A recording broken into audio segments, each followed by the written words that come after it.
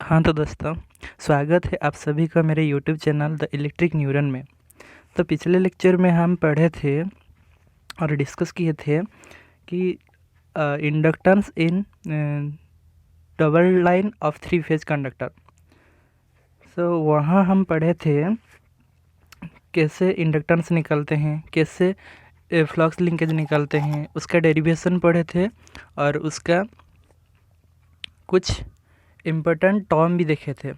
सो आज देखेंगे capacitance of transmission line. Transmission line में कैपेसिटेंस का इफेक्ट कैसा होता है। So let's begin our new topic, capacitance of transmission line. तो कैपेसिटेंस क्या होता है पहले जानते हैं। कैपेसिटेंस क्या है, इसका वर्किंग क्या है, क्या काम करता है in our electric transmission line और एनी इक्विपमेंट, उसका क्या काम होता है। तो कैपेसिटेंस को हम बैटरी के हिसाब में भी ले सकते हैं। तो capacitor is a passive element. Capacitor क्या है? Passive element. It is not an active element. Okay, तो ये एक्टिव एलिमेंट नहीं है जैसे कि हमारा बैटरी है और जैसे कि हमारा करंट सोर्स है, वैसे ये नहीं है। ये है हमारा पैसिव एलिमेंट। ये क्या करता है? ये करता है स्टोर एनर्जी। एनर्जी को स्टोर करता है किस में? इन इलेक्ट्रिक फील्ड में। इलेक्ट्रिक फील्ड में। और capacitor is a passive element और टू टर्मिनल इलेक्ट्रिकल एलिमेंट। उसका क्या होता है? टू टर्मिनल होता है, one positive terminal, another one is negative terminal, जैसे कि बैटरी में होता है। ठीक है। सो ये क्या करता है? स्टोर करता है। किसको स्टोर करता है?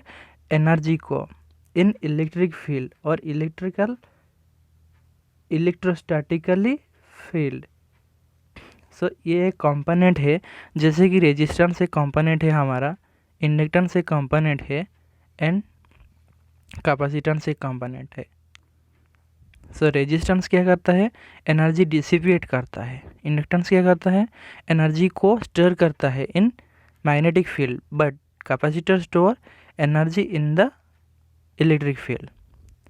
So capacitor does not dissipate energy as like as our resistor. resistor जैसे एस्कर आर हीट लॉस करता है, वैसे ये कुछ नहीं करता, ये डिसिपेट नहीं करता, ये एनर्जी को स्टोर करता है। सो our capacitor separated by a medium of air, जिसको हम कहते हैं परमिएबिलिटी ऑफ एयर, लाइक जैसे E0 that is our like 8.85 × 10⁻12 farad per metre होता है। फैराड जैसे कि हमारा कैपेसिटर का यूनिट पर मीटर लेंथ में। Okay, and some medium means क्या होता है? सम मीडियम्स लाइक और प्लास्टिक, ठीक है, प्लास्टिक और क्या, सेरामिक एंड लाइक पेपर। आपको शायद ये कंजेस्टेड जगह लगता है, पर समझने की कोशिश कीजिए। और मिक्का,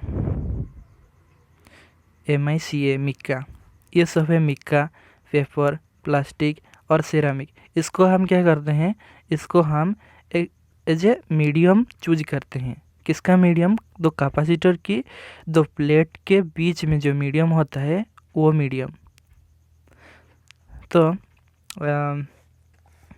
और क्या बोल रहा है ये? It is a conductance is a resistance of leakage voltage is applied to line the capacitance draw a leading sinusoidal current called charging current. तो इसमें चार्जिंग करंट क्या होता है समझते हैं उसको भी। लेट, ये एक लाइन है, मान लो ये एक कंडक्टर है, अनदर कंडक्टर इसमें है। लेट ये वन फेज है, ये सेकंड फेज है। सो इसके बीच में एक कैपेसिटेंस फॉर्म होता है and due to this a small amount of current will be passed through the ionise due to ionise of the air. Ionise होके ये स्मॉल अमाउंट ऑफ करंट इधर पास होता है, जिसको IC कहते हैं, कैपेसिटेंस करंट, ऐसे कहते हैं। कैपेसिटेंस करंट, उसको चार्जिंग करंट भी कहते हैं, ठीक है, इसका चार्जिंग करंट भी कहते हैं। So due to far and the charging current is our very small,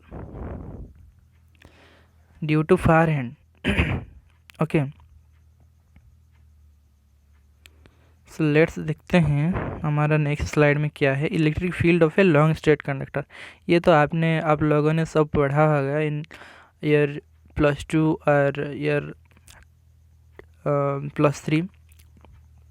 सो ये क्या बोलता है, लेट एक कंडक्टर है, उसका रेडियस समथिंग आर है, इसका इंटरनल रेडियस समथिंग आर है और external radius to the surface of the conductor that is X है, and it is charge, it's charge, let me show you, इसका चार्ज है Q.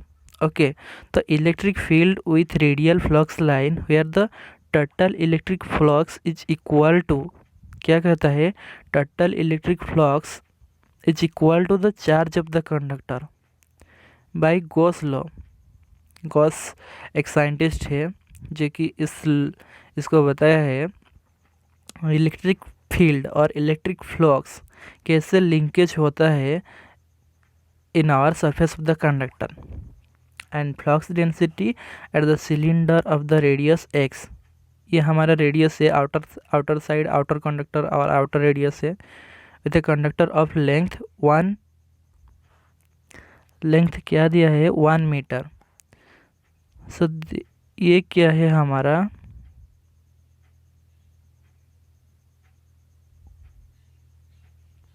Total electric flux that is equal to Q divided by A। Q है हमारा electric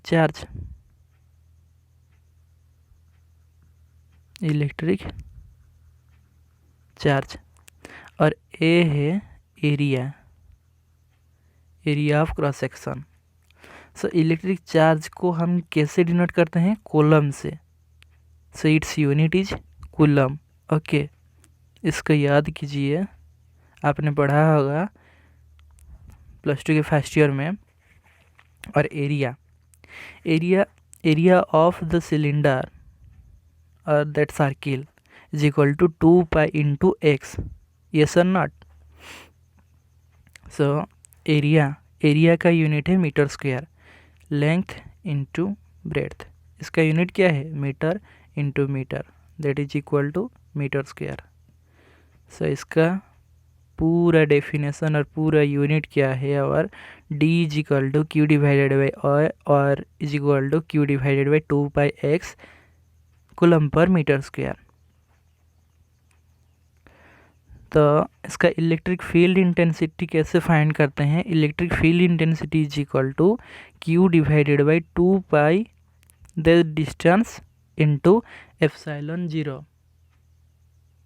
सो epsilon 0 क्या होता है, epsilon 0 is our relative permittivity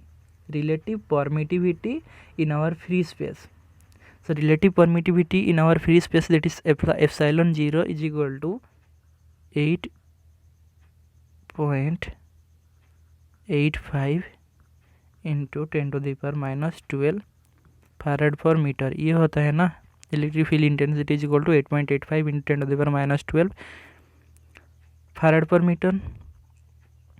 okay, और electric permittivity of air क्या होता है, that is ER, electric permittivity of air is equal to 1। Air का और वायु का इलेक्ट्रिक परमिटिविटी सदा सर्वदा 1 रहता है, याद उसको माने रखिए। उसके बाद इसका पोटेंशियल डिफरेंस, तो देखेंगे इसका पोटेंशियल डिफरेंस कैसा आता है। Let point it is a conductor, our Q is the charge, this is our conductor, ये हमारा conductor, overhead line conductor. Okay, take it as a overhead line conductor. इसका charge क्या है, Q। In the far distance, outer distance that is D2 of, और P1 तक की distance है D1। तो इसका हाँ, हमको क्या कैलकुलेट करना चाहिए, हमको पोटेंशियल डिफरेंस हमको फाइंड करना है, पोटेंशियल डिफरेंस। तो पोटेंशियल डिफरेंस कैसे फाइंड करते हैं, उसके लिए हमारा एक फार्मूला है, हमने प्रीवियसली फाइंड किया है और इलेक्ट्रिक फील्ड इंटेंसिटी, तो वही इलेक्ट्रिक फील्ड इंटेंसिटी से हमारा पोटेंशियल कैलकुलेट हो जाएगा। कैसे? By integrating the field intensity over the radial path, by integrating overall path जो है उसका इंटीग्रेट करके, इंटेंसिटी जो इंटेंसिटी है उसका इंटीग्रेट करके। तो यह हमारा फार्मूला। तो by putting this intensity equation in here we'll get integral over q divided by 2 pi k y. Y is our distance. Okay, remember that y is our distance, dy, that is volt. The unit of volt potential difference is volt. Okay, remember that. Then as a potential difference as independent of the path, we choose the path of integrated path P1 and P2 shown in thick line. Since the path P1 and P2 lies along the equipotential, that is P12, यह हमारा equipotential distance P12 is equal to integral over d1 to d2. So integration किससे किससे होता है, d1.2 that is our internal radius to हमारा outer radius d2, internal radius to outer radius d2 into field intensity E dx, that is equal to क्या आएगा, अब integration over, अभी put करेंगे ये equation, intensity equation, intensity field intensity is equal to q divided by 2 pi k y, और due to this हमारा ये distance है x, लेट x डिस्टेंस हमने माना, तो ये x ले, इसका बदले में y के बदले में ये x है, ठीक है, कंफ्यूज मत है ना, x के बदले में y है और y के बदले में x है। Integration over d1 to d2 q divided by 2 pi x epsilon 0, epsilon 0 is our relative permittivity, q is our charge, d1 is our outer distance, d1 is our inner distance and d2 is our outer distance, and this is our area. So by integrating this we will get q divided by 2 pi epsilon 0. Learn the formula of that. Let me erase first. तो इसको calculate करने से हमारा क्या आ जाएगा, q divided by 2 pi epsilon 0 बाहर आ जाएगा, and then integration किसके करेंगे, 1 बाई एक्स को और 1 बाई वाई को इंटीग्रेशन करेंगे। तो 1 बाई वाई को कैसे integration of 1 by y d y is equal to लॉन वाई, ये सर नॉट, सो लॉन वाई क्या होगा, लॉन y that means d1 to d2 है, d1 टू d2 है हमारा लिमिटिंग पॉइंट, तो क्या होगा ये, इफ d1 और d2 is our limiting point then 1 by Y is equal to लॉन वाई, ये होगा ना d1 टू d2। तो इसको क्या करेंगे, हम खोल देंगे लॉन d2 माइनस d1, तो इसको खोलने से क्या होगा, लॉन d2 divided by d1, yes और not, this is our main formula to find that. Okay, so potential difference v12 is that और दैट, बोथ आर करेक्ट, ठीक है। तो मुझे मिटाना दीजिए। तो ये देखिए, potential difference between two conductor of a group of parallel conductor. तो ग्रुप ऑफ कंडक्टर में पोटेंशियल डिफरेंस क्या होता है इसमें देखेंगे हम। तो ये कहता है conductor R for the conductor R, this conductor A, यहाँ देखिए ए कंडक्टर है, बी कंडक्टर है, एंड सी कंडक्टर है, and N number of conductor है। तो N number of bundle conductor are separated by a far distance, बहुत दूरी में है, ये सब डिस्टेंस बहुत दूरी में है, और इसका रेडियस वेरी नेग्लिजिबल है, मतलब कि इसका डायमीटर और रेडियस बहुत कम है is compare to our distance of two conductor. तो इसके बीच में पोटेंशियल डिफरेंस कैसे काढ़ेंगे, कैसे निकालेंगे, तो पोटेंशियल डिफरेंस फर्स्ट हम काढ़ेंगे, potential difference between A to B. तो इसके लिए हमने पहले से ही एक फार्मूला निकाला है, that is 1/q divided by 4πε0 d2 divided by d1। यही फार्मूला को यहाँ अप्लाई करेंगे। तो यहाँ देखिए 1/2πk हमने प्रीवियसली देखा था, एप्सिलॉन था, वहाँ एप्सिलॉन था। एप्सिलॉन क्या था? हमारा रिलेटिव परमिटिविटी था। तो वही रिलेटिव परमिटिविटी को यहाँ हम क्या लिए? के लिए, k is equal to epsilon. So by putting this equation a to b, voltage between a to b, that means ln a to b distance divided by radius of a। किस लिए? क्योंकि हम बाहर कर रहे हैं, निकल रहे हैं q के रेस्पेक्ट में, q a के रेस्पेक्ट में, दैट मीन्स कंडक्टर ए के रेस्पेक्ट में। कंडक्टर बी के रेस्पेक्ट में होगा तो क्यू बी लन R B divided by D V A, B to A distance, यही दूरी है, ठीक है। देन क्यू सी, ये तो हमारा लिंक नहीं कर रहा है इसको, तो ये कैसा लिंक कर रहा है? म्यूचुअली लिंक कर रहा है। तो हमने देखा था प्रीवियस में, जैसे कि क्यू सी लन D C B divided by D C A divided by D C A, like that Q N number of line को कैसे म्यूचुअली वोल्टेज बिल्डअप करता है। ये है हमारा total formula. Okay, like that you have to proceed. I think it is complete. So अगले video में हम देखेंगे कैपेसिटेंस ऑफ टू लाइन, कैसे टू लाइन के बीच में कैपेसिटेंस फॉर्म होता है, कैसे वोल्टेज फॉर्म होता है। वोल्टेज जानने से ही हम कैपेसिटेंस जानेंगे ना। देखिए हमारा फॉर्मूला क्या है? C is equal to Q by V. तो वोल्टेज नहीं जानेंगे तो हम कैपेसिटेंस कैसे निकालेंगे, और चार्ज नहीं जानेंगे तो हम कैपेसिटेंस कैसे निकालेंगे? तो हमको पहले वोल्टेज निकालना पता होगा तो भी ना हम कैपेसिटेंस निकालेंगे।